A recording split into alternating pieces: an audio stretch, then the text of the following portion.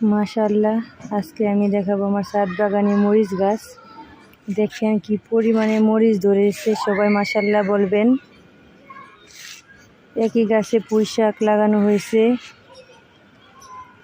একই ক্যারেটে, একই টবে। মাশাআল্লাহ খুবই ভালো ফলন ধরছে, এত পরিমাণের মরিচ হয়েছে দেখতেই পাচ্ছেন। এগুলো কিন্তু অনেক ঝাল, আমাদের গ্রাম থেকে আনা মরিচের জাতগুলা।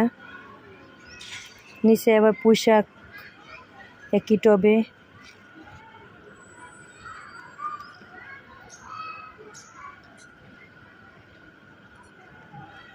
এত পরিমাণে মরিচ, সবাই মাশাআল্লাহ বলবেন।